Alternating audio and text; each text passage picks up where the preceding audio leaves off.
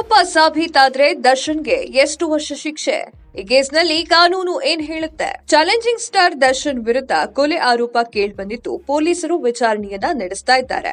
ಪ್ರಕರಣಕ್ಕೆ ಸಂಬಂಧಿಸಿದಂತೆ ಈಗಾಗಲೇ 11 ಜನರನ್ನ ಕಾಮಾಕ್ಷಿಪಾಳ್ಯ ಪೊಲೀಸರು ಅರೆಸ್ಟ್ ಕೂಡ ಮಾಡಿದ್ದಾರೆ. ಈ ಕೇಸ್ನಲ್ಲಿ ದರ್ಶನ್ ಪ್ರಮುಖ ಪಾತ್ರವನ್ನ ವಹಿಸಿದ್ದಾರೆ ಅಂತ ಹೇಳಿ ಸ್ವತಃ ದೇವಾಸ್ ಆಪ್ತರೆ ಪೊಲೀಸರ ಮುಂದೆ ಬಾಯ್ ಬಿಟ್ಬಿಟ್ಟಿದ್ದಾರೆ.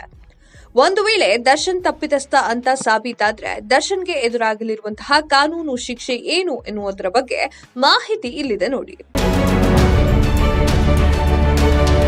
ಸೆಕ್ಷನ್ 302 ಹೇಳೋದೇನು?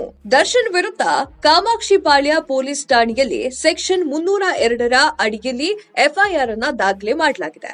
ಒಬ್ಬ ವ್ಯಕ್ತಿಯ ಮೇಲೆ ಉದ್ದೇಶಪೂರ್ವಕವಾಗಿ ಇನ್ನೊಬ್ಬ ವ್ಯಕ್ತಿಯ ಸಾವಿಗೆ ಕಾರಣವಾದ್ರೆ ಅವರ ಮೇಲೆ ಐಪಿಸಿ ಸೆಕ್ಷನ್ 302ರ ಅಡಿಯಲ್ಲಿ ಕೊಲೆ ಆರೋಪ ಹೊರಿಸಬಹುದು.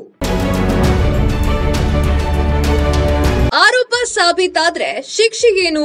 ಐಪಿಸಿ ಸೆಕ್ಷನ್ 302ರ ಅಡಿಯಲ್ಲಿ ಕೊಲೆಗೆ ಶಿಕ್ಷೆಯು ಜೀವವಾದಿ ಶಿಕ್ಷೆ ಅಥವಾ ಮರಣದಂಡನೆಯಾಗಿದೆ. ಪ್ರತಿ ಪ್ರಕರಣದ ಸತ್ಯ ಮತ್ತು ಸಂದರ್ಭಗಳ ಆಧಾರದ ಮೇಲೆ ಶಿಕ್ಷೆಯನ್ನ ನಿರ್ಧರಿಸುವ ವಿವೇಚನೆಯನ್ನ ನ್ಯಾಯಾಲಯ ಹೊಂದಿದೆ. ದರ್ಶನ್ಗೆ ಜಾಮೀನು ಸಿಗುತ್ತಾ? ಐಪಿಸಿ ಸೆಕ್ಷನ್ 302 ಜಾಮೀನು ರಹಿತ ಮತ್ತು ಸಂಯೋಜಿತವಲ್ಲದ ಅಪರಾಧವಾಗಿದೆ. ಈ ಪ್ರಕರಣದಲ್ಲಿ ಬಂಧಿಸಿದ ಆರೋಪಿಯನ್ನ ಸುಲಭವಾಗಿ ಜಾಮೀನಿನ ಮೇಲೆ ಬಿಡುಗಡೆ ಮಾಡಲು ಅಸಾಧ್ಯವಾಗಿದೆ. ದರ್ಶನ್ ಎಫ್ಐಆರ್ನಲ್ಲಿ ಈಗಾಗಲೇ ಸೆಕ್ಷನ್ 302 ಅಂದ್ರೆ ಕೊಲೆ, 201 ಅಂದ್ರೆ ಸಾಕ್ಷ್ಯ ನಾಶ ಇದ್ದು ಕಿಡ್ನಾಪ್ ಕೇಸ್ ಸೇರಿಕೊಳ್ಳಲಾಗುತ್ತದೆ ಅಂತ ಹೇಳಲಾಗ್ತಾ ಇದೆ.